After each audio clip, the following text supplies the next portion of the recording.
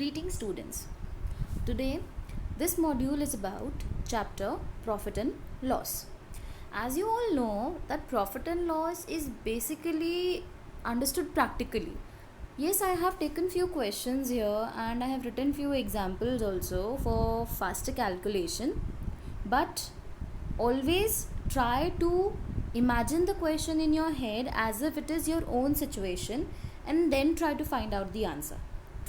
Let's move on to the module where you'll learn few examples for your betterment and faster calculations to appear in exams, and even it will help you in better or faster mathematical calculations. Formula अच्छे से समझ लेंगे तो value put करना आना चाहिए, तो बहुत इजी हो जाएगा ये chapter. Only and only this chapter is based on formulas. After understanding the practical situation in your head, you will only have to know the formula कि यहाँ पे अब formula कौन सा लगेगा. formula याद होगा तो वो question it will be just a step away. That's all. Let's start the chapter. Now cost price.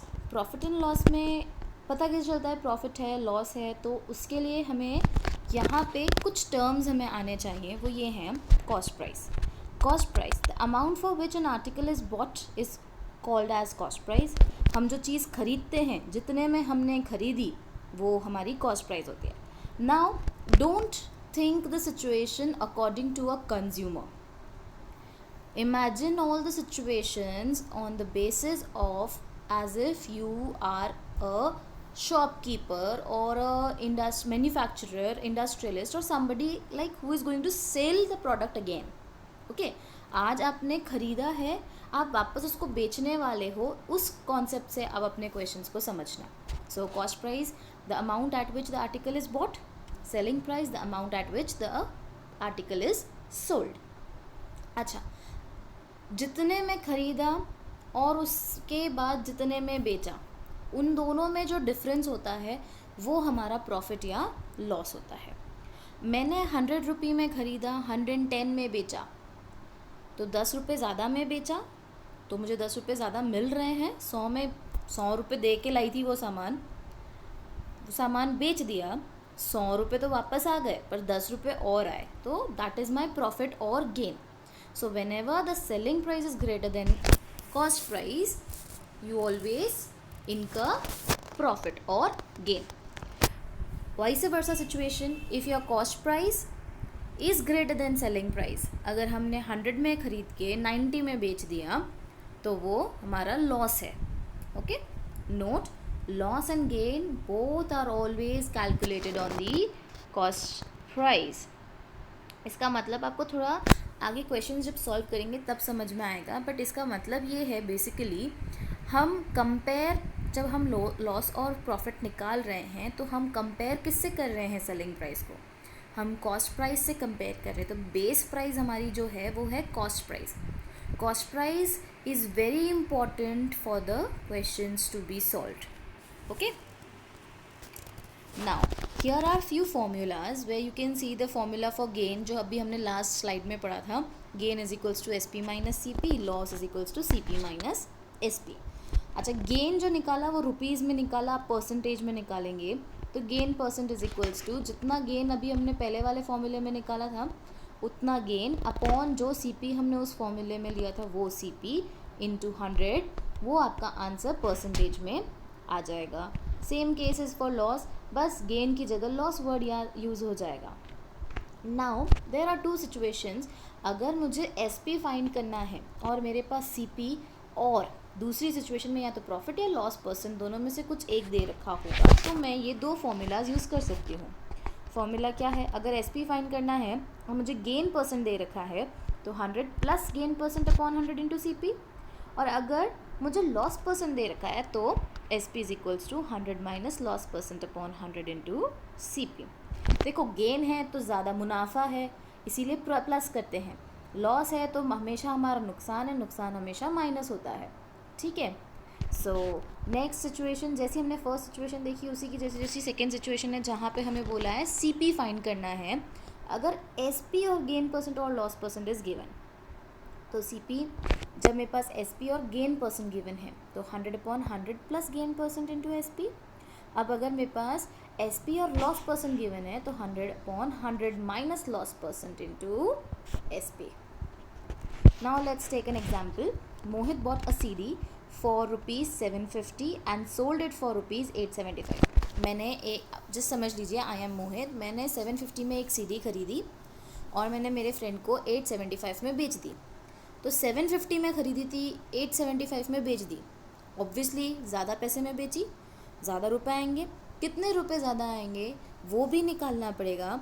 क्यों? क्योंकि हमें गेन परसेंट निकालना है। कितना गेन हुआ वो तो निकालना मस्ट है, और कितना परसेंटेज में प्रॉफिट हुआ आपको वो निकालना आपसे क्वेश्चन में पूछा गया है। तो देखिए solution. Here we have CP and SP। Now you know that SP is greater than CP, तो हमें प्रॉफिट मिल रहा है। कितना रुपीज़ का प्रॉफिट हो रहा है देखिए, 875 माइनस 750 दैट इज़ 125 रुपीज़ का प्रॉफिट हो रहा है। तो अब प्रॉफिट परसेंट का फॉर्मूला लगाइए, प्रॉफिट अपॉन CP इंटू 100। तो प्रॉफिट वॉज 125/750 इंटू 100, तो आपका प्रॉफिट हो गया 16/3%. Now if you want to keep the answer up to 50/3, that is also correct. If you want to keep it 16/3, that is also correct. If you want to keep 16.67, that is also correct. Okay, decimal में रखना चाहे decimal में रखिए, mix fraction में रखना हो mix fraction में रखो, फ्रैक्शन में रखना हो फ्रैक्शन में रखो, any of the answer is correct. Next, now overheads. अब जैसे आप एक सिचुएशन से सोचिए, अगर हम एक टीवी लेने जाते हैं तो टीवी तो ऑब्वियसली हम ना हमारे 2 व्हीलर पे ला नहीं सकते, और हम हमारी कार में ला पाए नहीं ला पाए. चलो फ्रिज का एग्जांपल लेते, चलो टीवी तो हम ले आते हैं हमारी कार में, फ्रिज हमारी कार में आएगा क्या? नहीं आएगा. तो जब हमको दुकान से हमारे घर फ्रिज लेके आना है तो हम दुकानदार को बोलते हैं कि ये घर पे पहुंचा देना. तो वो जो टैक्सी वाला या जो भी डिलीवरी बॉय है वो हमें ला के घर पे डोर स्टेप पे देके जाता है, तो वो डिलीवरी चार्जेस लेता है. Those delivery charges are known as transportation cost. तो ये जो कुछ कॉस्ट्स होती हैं, ये सारी चीज़ें भी हमारी वैल्यू, हमारी कॉस्ट प्राइस में ऐड हो जाती है. So those types of costs which we add, which are extra charges over our cost price, those charges are known as overheads. तो definition क्या लिखिए? Sometimes after purchasing an article we have to pay some more money for things like transportation, labor charges, repairing charges, local taxes, etc. Therefore, for calculating the total cost price, we add the overheads to the purchase price. Now regarding that question, let's take an example. अच्छा, ये ध्यान रखिएगा, all these examples or the questions are taken from your book itself. So to practice more, after listening to these videos, please go for the next questions in your book. So let's take this example. Mohanlal purchased an old scooter for ₹12,000 and spent ₹2850 on its overhauling. Overhauling can be understood as for its repair. Then he sold it to his friend Sohanbir for ₹13,860. अच्छा, उसने 12,000 में ख़रीदा था, 2,850 रुपये का उसने कुछ extra expense किया, तो टोटल कॉस्ट प्राइस उसकी कितनी हो जाएगी? 12,000 प्लस 2,850, दैट इज़ 14,850. उसने इतने में ख़रीदा था, आज वो अपने फ्रेंड सोहनबीर को वो बेच रहा है कितने में? 13,860 में. How much percent did he gain और लूज? उसका टोटल खरीदते टाइम उसके लिए उसका स्कूटर कितने में पड़ा था? 14,850 में. अब वो बेच रहा है तो 13,000 में ही बेच रहा है, ऑब्वियसली वो लॉस में बेच रहा है. तो अब हमें परसेंट निकालना है, उसको लॉस हुआ था तो लॉस परसेंट निकालना है. कैसे निकालेंगे देखिए. Purchase price 12,000, overheads 2,850, total cost price 14,850, selling price 13,860. तो selling price is smaller than cost price, तो लॉस हुआ है कितने का लॉस? 990 का लॉस. तो लॉस हो गया, तो लॉस परसेंट निकालने के लिए लॉस अपॉन टोटल CP. अब ध्यान रखिएगा कि हमने जितना CP क्वेश्चन हमारे लॉस के फॉर्मूले में जो CP लिया है, ये हमारा जो CP हमने यहाँ पे लिया है ना 14,850, वही CP हमें यहाँ पे फॉर लॉस पर्सन के फॉर्मूले में भी उतना ही लेना है। तो loss upon total CP into 100, loss था 990 अपॉन 14,850 इंटू 100, तो हमारा लॉस परसेंट आ गया 62/3%। A vendor bought oranges at 20 for rupees 125। अच्छा, उसने 20 ऑरेंज खरीदे 125 रुपये में, और ₹90 ऑरेंजेस ₹90 में बेचे कितने पर डजन। डजन मतलब 1 डजन मीन्स 12 ऑरेंजेस, मतलब ही सोल्ड 12 ऑरेंजेस फॉर ₹90। 20 खरीदे 125 में, 12 बेचे 90 में।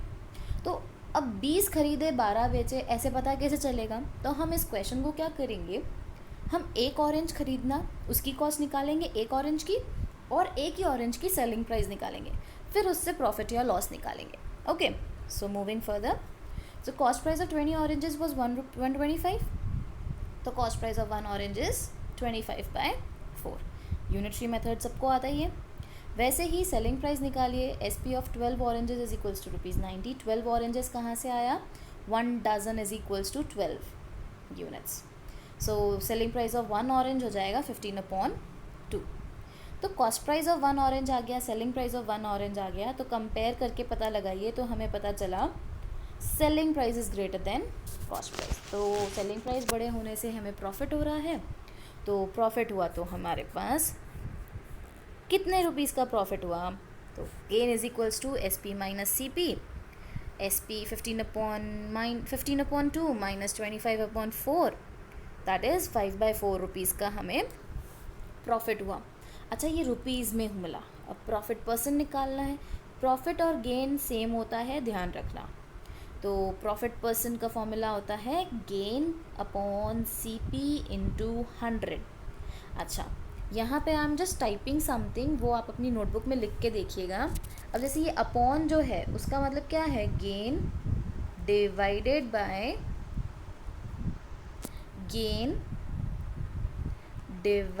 Bye CP into 100। तो गेन 5/4 डिवाइडेड बाय 25/4 इंटू 100। तो डिवाइड का कॉन्सेप्ट क्या होता है? जैसे ही डिवाइड का साइन मल्टीप्लाई में चेंज होता है, उसके बाद वाला फ्रैक्शन रेसिप्रोकल हो जाता है। रेसिप्रोकल होने से उसको सॉल्व करिए, so you will get 20% profit उस वेंडर को हुआ। ओके, ये क्वेश्चंस आपको तभी समझ में आएंगे जब कैलकुलेशंस आप खुद से करेंगे। देखो, क्वेश्चन का इंटरप्रिटेशन मैं बता सकती हूँ, सॉल्यूशंस आपको समझने पड़ेंगे खुद से, because basic maths I am not going to teach you personally, because you all know these videos are sent to you for you all to understand on your own। अब से खुद प्रैक्टिस करनी बहुत ज़रूरी है। Let's take another question. अच्छा, this is a good question, इसके बाद वाला क्वेश्चन भी अच्छा है। इसमें देखो, क्वेश्चन को थोड़ा सा कॉन्सेप्ट अच्छे से समझना। Cost price of 10 greeting card is equals to the selling price of 8 greeting cards. अगर मैंने जितने में मैंने 10 कार्ड्स खरीदे थे, सपोज़ करिए 10 कार्ड मैंने 10 रुपये में ख़रीदे थे, तो selling price of 8 greeting cards, 8 greeting cards को मैंने 10 रुपये में बेच दिया।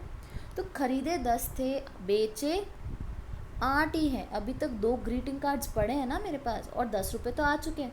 तो 2 ग्रीटिंग कार्ड्स बेचूंगी तो और रुपये आएंगे, तो प्रॉफिट हो रहा है। तो अब वही देखना है कि इसको क्वेश्चन को सॉल्व कैसे करेंगे। हो प्रॉफिट रहा है तो हमें गेन परसेंट निकालना है। देखिए, so let the cost price of 1 card be X। तो हमने एक कार्ड का अगर हमने X माना है, तो 8 कार्ड खरीदोगे तो कितने में खरीदे? 8x में। बेचोगे तो 8x नहीं, 8x नहीं। आपको बोला है, see the question again, question is saying the selling price is equals to the 10 greeting cards. 10 greeting cards, अगर आप एक कार्ड 1 रुपये में ख़रीद रहे हो, 8 कार्ड 8 रुपये में ख़रीद रहे हो, तो 10 कार्ड कितने में ख़रीदोगे? 10 रुपये में। तो इसीलिए हमारी सेलिंग प्राइस ऑफ 8 कार्ड्स कितनी हो जाएगी? 10 रुपीज़ और 10x। सो अब आपके पास 8 कार्ड्स की कॉस्ट प्राइस भी है, 8 कार्ड्स की सेलिंग प्राइस भी है। तो सेलिंग प्राइस 10x है, कॉस्ट प्राइस 8x है, selling price is greater, profit हुआ आपको 2x का। सॉल्व करो तो प्रॉफिट परसेंट मिल जाएगा हमें। ओके, 25% का उसको प्रॉफिट हुआ. Now, by selling 33 meter of cloth, a draper losses an amount equal to the selling price of 3 meter cloth. अच्छा, क्वेश्चन में हमें बोल दिया है कि हमें लॉस नहीं, लॉस परसेंट का नहीं, हमें सिर्फ इतना बोला है कि जब मैंने 33 मीटर क्लॉथ सेल किया तो उसे कुछ अमाउंट का draper loses an amount equal to the selling price. और कुछ जो अमाउंट का लॉस हुआ ना, वो जो लॉस हुआ वो उसकी सेलिंग प्राइस के मीटर के selling price of 3 metre cloth के बराबर था. तो मतलब लॉस बोल रखा है तो हमें लॉस परसेंट निकालना है. दिख तो यही रहा है. चलो आगे देखते हैं कि क्वेश्चन हमें कहाँ लेके जाता है. क्या ये देखने में हमें सही समझ में आया है कि नहीं. तो अच्छा, हमने 33 मीटर क्लॉथ सेल किया है तो कॉस्ट प्राइस वगैरह हमें कुछ मालूम नहीं है. तो हम क्या करते हैं, देखो now as it mention in the question that the draper incurs a loss. समझ में सही आया था हमें. तो लॉस का फॉर्मूला क्या होता है, CP माइनस SP. तो CP कितने, उसने सेल कितना किया है, देखो रीड करो वापस. उसने सेल किया है 33 मीटर क्लॉथ, तो कॉस्ट प्राइस भी 33 मीटर की होनी चाहिए, लॉस भी 33 मीटर पे होना चाहिए और सेलिंग प्राइस भी 33 की होनी चाहिए. So loss is equals to cost price of 33 metre cloth minus selling price of 33 metre cloth. तो लॉस का फॉर्मूला हमें मिल गया यहाँ पे. अच्छा, हमें एक और इधर बोला था जो लॉस हुआ है ना वो किसके बराबर है, loss is equals to the selling price of 3 metre cloth. हमें ये चीज़ भी बोली है. तो यहाँ पे हमने जो ये लॉस लिखा हुआ था, ये वाला लॉस, इस लॉस की जगह हमने क्या लिख दिया, selling price of 33 metre cloth plus selling price of 3 metre cloth. Now selling price दोनों ऐड कर दीजिए तो 33 plus 3 metre cloth 36 metre cloth की सेलिंग प्राइस मिल जाएगी हमें. वो किसके बराबर है, cost price of 33 metre cloth के. नाउ अब हमें कुछ मालूम नहीं है, तो again let the cost price of 1 metre be X. अच्छा, बेच कितना रहे हैं 36, तो ख़रीदने की भी कॉस्ट हमें पता होनी चाहिए. तो 36 हमने ख़रीदा कितने में होगा, 36 में. अच्छा, 33 मीटर कितने में ख़रीदा होगा, 33X में.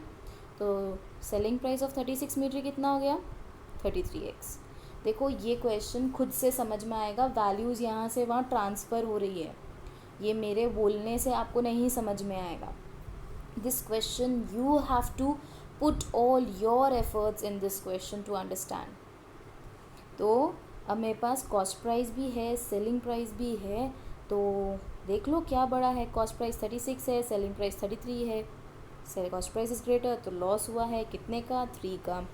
तो मुझे लॉस परसेंट कितना हो गया, 81/3%. Now on selling a fan for ₹810 Sunil gains 8%. अच्छा, अब मेरे पास सेलिंग प्राइस है 810 रुपये और प्रॉफिट परसेंट है 8%. For how much did he purchase it, मतलब मुझे फाइन क्या करना है, कॉस्ट प्राइस फाइन करना है. तो हमेशा जब ये स्टेटमेंट्स होते हैं ना क्वेश्चन के, स्टेटमेंट्स के बाद ना हम ऐसे लिख देते हैं, selling price is equals to ₹810, profit percent is equals to 8%. हमें फाइंड क्या करना है, CP is equals to question mark. तो देखो CP, अब हम फर्स्ट स्लाइड पे वापस जाएँ तो देखो, तो उसमें मैंने एक फॉर्मूला बताया था जहाँ पे मुझे CP फाइंड करना है और मुझे SP और प्रॉफिट परसेंट दे रखा हो. तो CP is equals to 100/100 plus gain percent into SP. Formulas में वैल्यू पुट करिए, वैल्यू पुट करने से आपका आंसर कितना आ गया, Sunil purchase the fan for ₹750.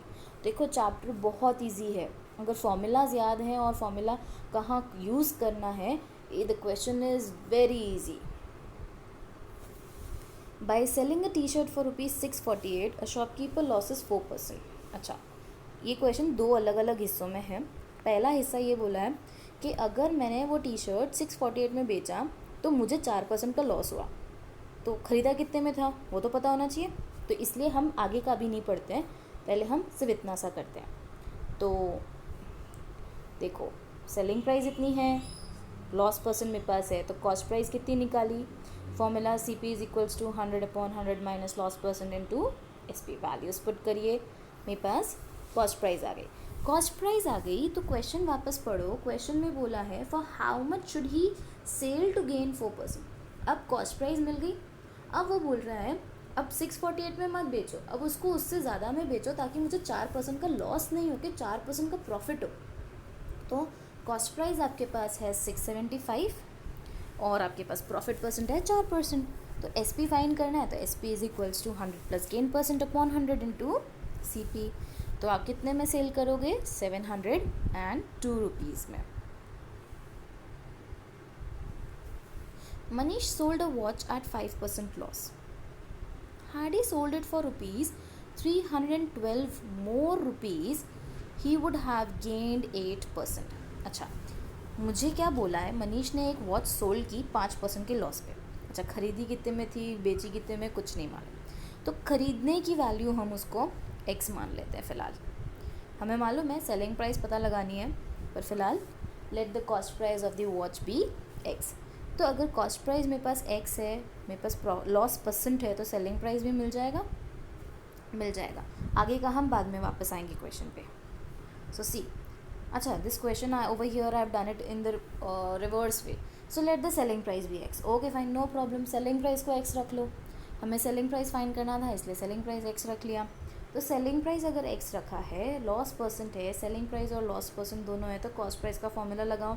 Cost price मिल गया।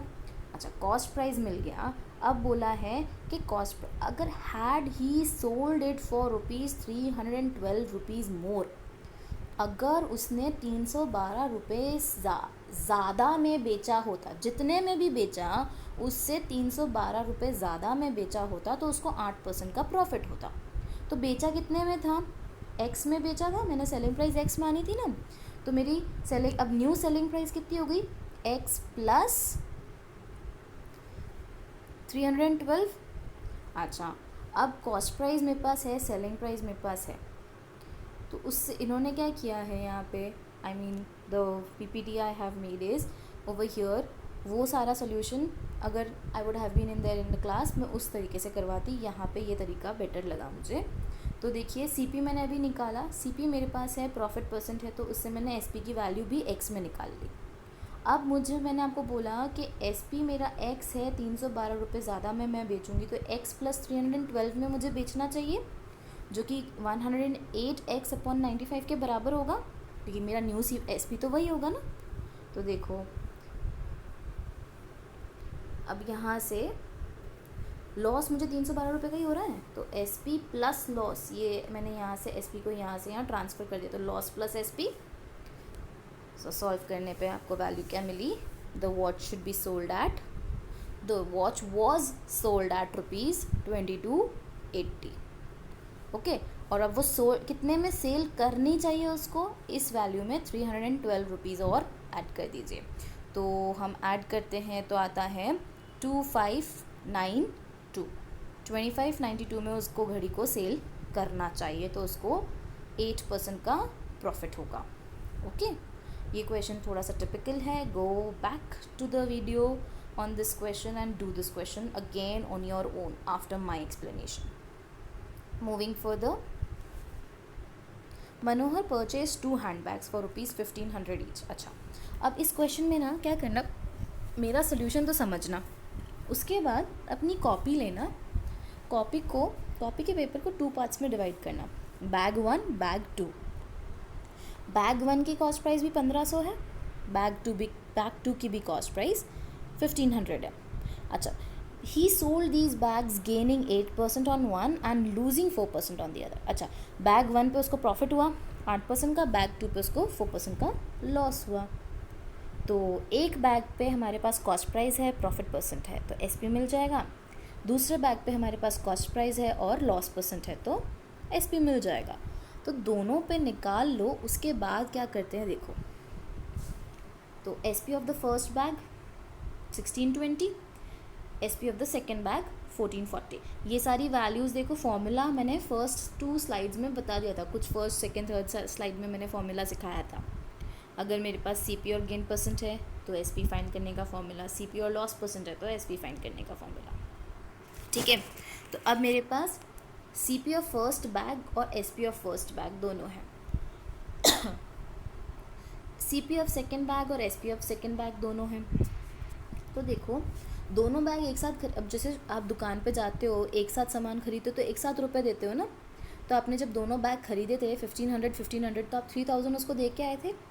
अच्छा, जब दूसरा इंसान आपसे ख़रीदने आया तो दोनों बैग आपने साथ में बेचे। तो एक बैग आपने 1620 में बेचा, दूसरा बैग 1440 में बेचा, तो दोनों मिलाकर कितना मिला होगा आपको? 3080। देखो, total CP 3000, total SP 3060, sorry 3060। क्या बड़ा है, सीपी या एसपी? टोटल सीपी या total SP? Total SP is greater. तो प्रॉफिट हुआ कितने रुपीज़ का? 60 रुपीज़ का। तो प्रॉफिट हुआ है, तो प्रॉफिट कितने पे हुआ, किसके ऊपर बेसिस पे हुआ है? इस वाली कॉस्ट प्राइस पे, टोटल कॉस्ट प्राइस पे, ठीक है ना। तो 60 रुपीज़ ऑन 3000 इंटू 100, आपको 2% का प्रॉफिट हुआ है होल ट्रांजैक्शन पे। ओके,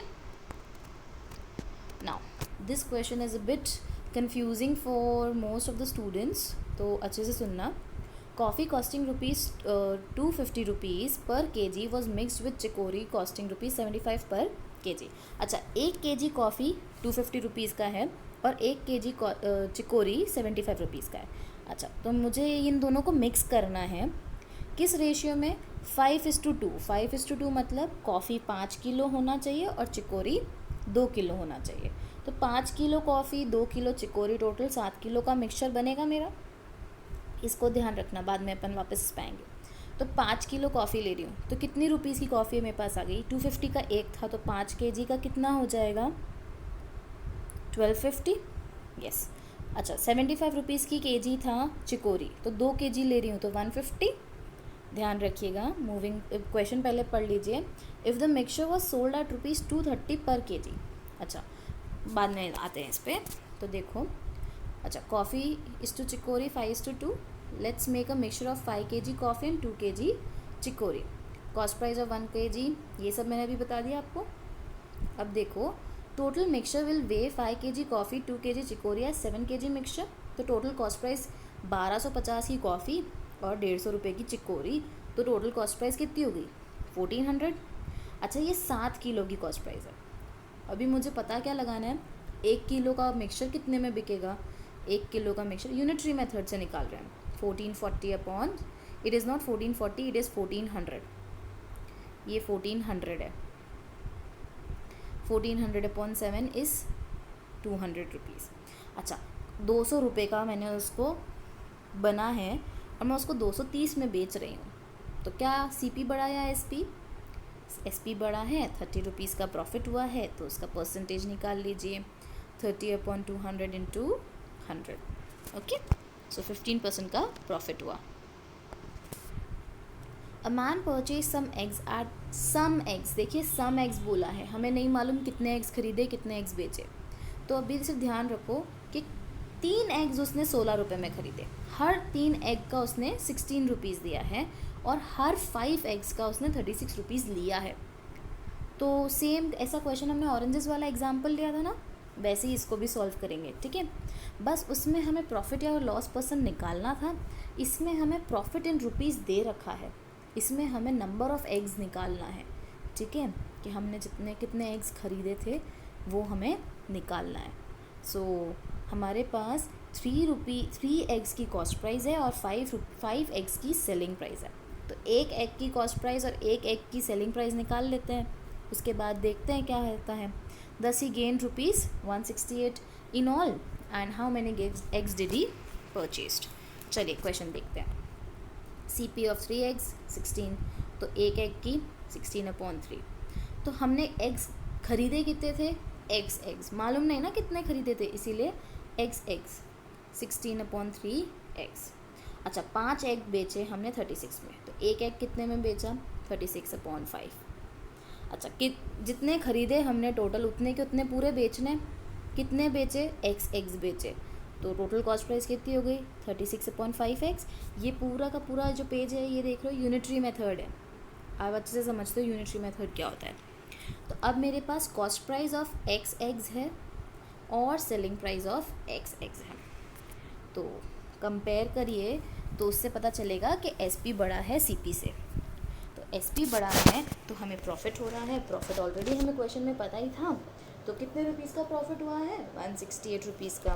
तो सॉल्व करोगे तो इस इक्वेशन को जब आप सॉल्व करोगे तो एलसीएम लेके सॉल्व किया हमने, तो इसको सॉल्व करने पे हमें एक्स की वैल्यू मिल जाएगी जो कि है 90x। तो वो जो शॉपकीपर था या जो वेंडर था उसने टोटल कितने एक्स खरीद के बेचे थे? 90x। Okay, so here I guess the module is finished for the first only concept of profit and loss. I hope you all have understood my explanation in these, and it's better that the remaining questions which are left in the exercise you all practice and go through each and every question. There are a lot of questions in this chapter and it's better that you practice each and every one with the examples. I have taken only one or two examples. It's better you take all the examples and all the questions so that the exercise or the chapter is very well understood to you all. Thank you so much. In the next module, I will be giving you the concept of discount, and in another one or in the same one, the sales tax concept. Thank you so much.